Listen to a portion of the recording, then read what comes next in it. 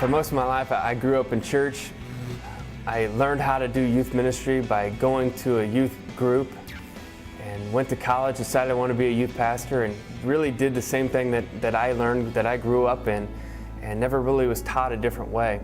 And over the last 13 years in youth ministry, I've always felt there's something missing in youth ministry. And I saw it as we continued to provide these programs and events and activities, and year after year I'd see kids continue to fall away, and I realized that we were just spoon-feeding kids information, but it never really translated into them becoming anything different in their life.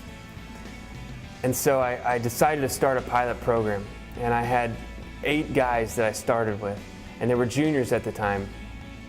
And we all sat around the room for 10, 12 weeks, and I really invested heavily in their lives and taught them what it looks like to really be an influencer in their world. And really how it was Jesus' idea for us to take on a piece of becoming the redemptive process of people's lives.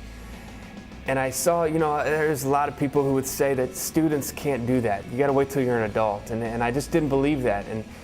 And week after week, as I invested in these guys, I watched the light bulb sort of come on in their heads and in their hearts as they invested in people. And they would tell me stories about conversations that they had had and people's lives who had changed because of something that they had said or done or been a part of. Obviously, Jesus does the changing, but He uses us, and they begin to understand that. And those guys now are leading in their colleges and out of colleges. They're leading in different parts of their world. And it's exciting to see what's going on in their lives. And so I decided from that point on that I would never do youth ministry the same. That I would begin to help students become the influencers that God has designed them to be in their world, in their own way, through their gifts and their talents and their passions, to be Jesus to their world. To be Jesus at home, to be Jesus at their work, in their athletics, at their school, and no longer just become about inviting them to a program, but teaching them to become all that God has designed them to be, influencers, and repositioning that influence to a student instead of just me or other youth leaders doing all the influencing.